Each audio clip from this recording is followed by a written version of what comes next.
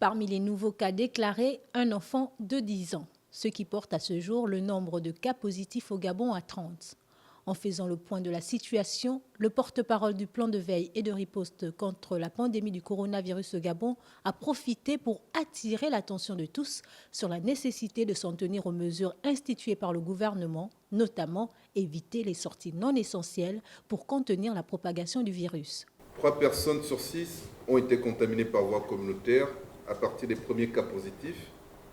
2 personnes avaient séjourné récemment en France au mois de mars et la dernière personne reconnaît avoir reçu une visite à son domicile d'un membre de sa famille fort probablement contaminé.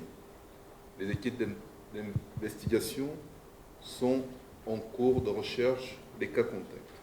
Par ailleurs, le pays vient d'ouvrir un deuxième centre d'hospitalisation pour la prise en charge des patients du coronavirus.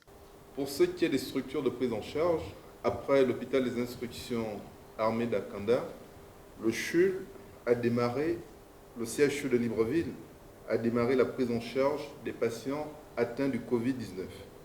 Actuellement, 2 cas positifs et 2 cas suspects y sont hospitalisés. Avec un seul cas identifié dans le nord du pays, la capitale gabonaise demeure jusque-là l'épicentre de la pandémie du nouveau coronavirus dans le pays. En attendant la mise en œuvre effective de son isolation des autres provinces, l'heure est à la prise de conscience collective pour endiguer la propagation de la Covid-19.